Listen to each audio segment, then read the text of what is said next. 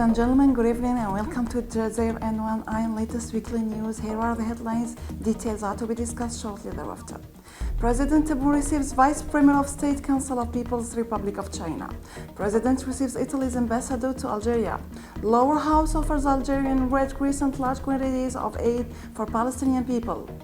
Shangri-La calls on sincere patriots to embrace New Algeria's revival project.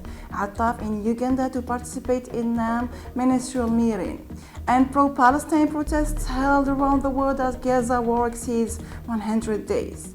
EU members didn't let Hungary's objections stall bilateral military aid for Ukraine. The African continent's major men's football tournament, Africa Cup of Nations 2023, kicked off on Saturday. And Algeria held 2-1 draw by Angola in their opening game of AFCON. Welcome back to details. The President of the Republic, Abdelmajid Tebboune, on Tuesday received Vice Premier of the State Council of People's Republic of China. The Presidency of the Republic said in a statement. The audience took place in the presence of the Chief of Staff of the Presidency of the Republic, Boualem, the Minister of Housing, Urban Planning and the City, Mohamed Tariq Belaribi, and the Secretary General of the Ministry of Foreign Affairs and National Community Abroad, Lounes Magaran. According to the statement.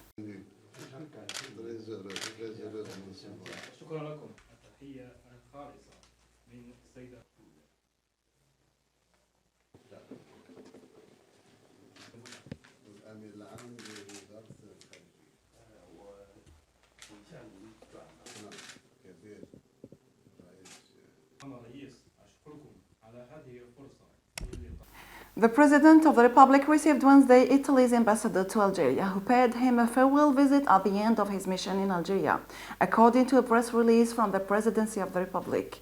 And for his part, the Italian ambassador stressed the depth of the exceptional bilateral relations between his country and Algeria.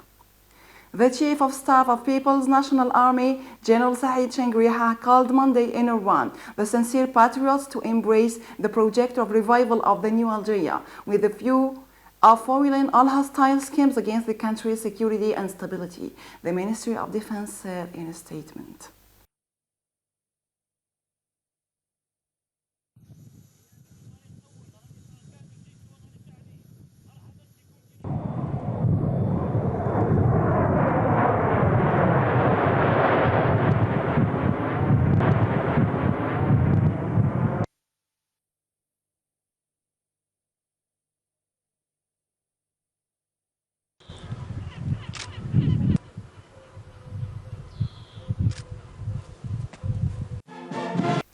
Tasked by the President of the Republic, the Minister of Foreign Affairs and National Community Abroad, Ahmed Attaf, arrived on Tuesday afternoon in Kampala, Uganda, to participate in the ministerial meeting of the Non-Aligned Movement, NAM, scheduled for Wednesday and Thursday, the ministry said in a statement.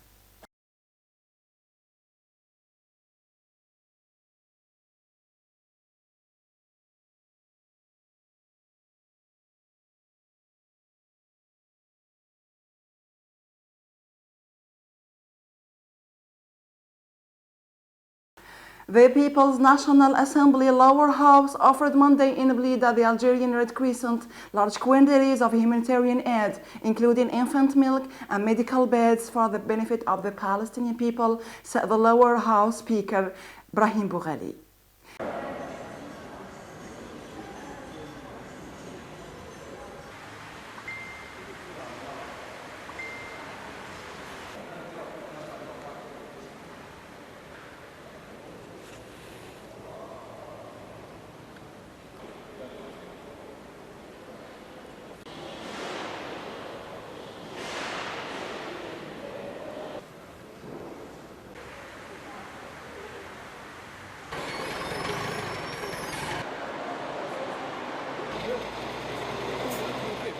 And concerning the war in Gaza, hundreds of thousands of people are taking to the streets across the world to protest against the war in Gaza as it exceeds the 100-day mark and to demand an end to Zionist occupiers' offensive. We demand a ceasefire! We demand a ceasefire! Tens of thousands of protesters from around the United States gathered in Washington for the March for Gaza rally on Saturday, demanding a ceasefire in Gaza and a halt to U.S. aid to Israel. They should immediately cease all funding to Israel. They should cease all assistance to Israel, and they should demand a ceasefire today. My name is Ishmael. Several Palestinian Americans offered emotional accounts of friends and relatives killed or wounded in Gaza. I have family in the West Bank. Farah Mahmoud says she has lost 3 family members in the ongoing violence. I think a lot of people have become more aware of what's happening because of the protests, because we're using our voices to bring awareness, and our voice is the most powerful thing that we could do. Along with Arab Americans, many Jewish, Christian, and other faith organizations attended the rally, which was part of a global day of pro-Palestinian marches in several major cities. At rallies on Saturday in Kuala Lumpur, Malaysia, people gathered at the United States Embassy to send a message to Zionists, launch a lie. I'm in solidarity with my brothers and sisters of Palestine. I'm a Native American. Like Mandela said, if it's no freedom for Palestinians, there is no freedom for anyone. Stop funding Israel. Our cultural understanding of marginalization just brings us together. We're going to have solidarity forever, from the river to the sea. Palestine will be free. Dad is from Cuba and Puerto Rico, my mother's from Ireland. And all 3 of those countries have always supported Palestine. They're very big supporters of Palestine. They fight for justice, and I must fight for justice as well. I'm Jewish. Jews to come here and support. We have to resist Zionism. Free Palestine, ceasefire now. Originally, my parents from Indonesia. We support the Palestine until the end, until Palestine have their own country again. The U.S. has vetoed United Nations resolutions backed by a vast majority of the UN Security Council, calling for an immediate ceasefire. U.S. designates Yemen's Houthis as a specially designated global terrorist after the group's attack on shipping in the Red Sea in response to Zionist attacks on Gaza, and U.S. missiles were down on sites used by Yemen Houthis after the armed group targeted an American Navy vessel and scored a direct hit. The Jordanian army says its military field hospital in Khan Yunis was badly damaged as a result of Zionist shelling in the vicinity. Zionist military intensifies drone strike and ground incursions in the occupied West Bank, with at least 11 killed and many wounded. UN rights experts say every single person in Gaza is hungry as Zionist entity continues to bomb, besiege and blockade to the territory. And at least 24,620 people killed and more than 61,500 wounded in Zionist attacks in Gaza since October 7th. As roughly $137 billion in military and financial aid to Ukraine remains stalled in Washington and Brussels, individual European allies began to make bilateral pledges worth billions to ensure that Ukraine will remain capable of resisting Russia this year.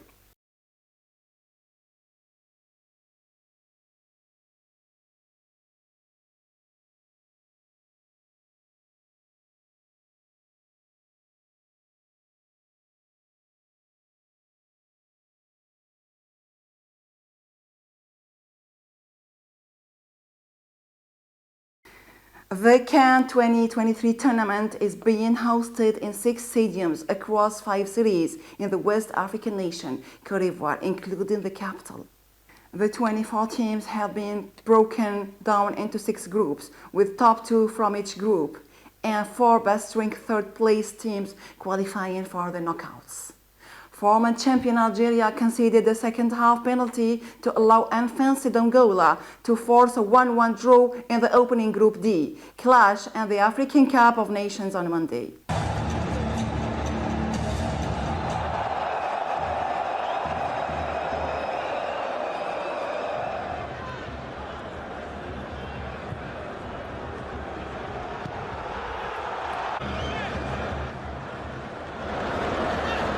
It meant Algeria continued with their winless streak at the finals since being crowned champions in 2019. Baghdad Bounjah put the Algerians ahead with a well-taken goal, but clumsy defending cost them when Nabil Bentaleb committed a foul and gave away a penalty converted by Angola substitute in the 68th minute. They looked keen to expand those memories and dominated the early stages with a crisp passing game and incisive running. Bounjah had the ball in the net with a spectacular bicycle kick but was marginally offside, and the effort was ruled out. Bentaleb's clumsy challenge from behind on the substitute Mabolo kicking him on the calf while trying to clear the ball brought Angola back into contention and was their only real chance of the game. We wrap up our news with this amazing atmosphere from the opening ceremony CAN 2023 performance.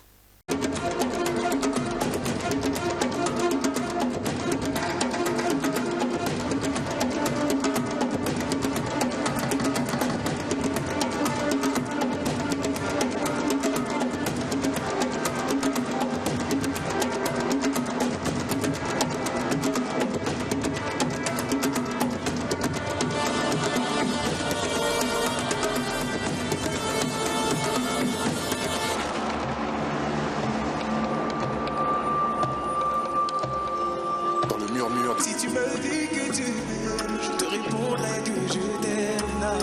Je prends ta main, je ferme les yeux et je me sens. Oh baby, I love you. I love you beaucoup. That's all for today. Many thanks. Wishing you a blissful weekend. See you next week. Goodbye.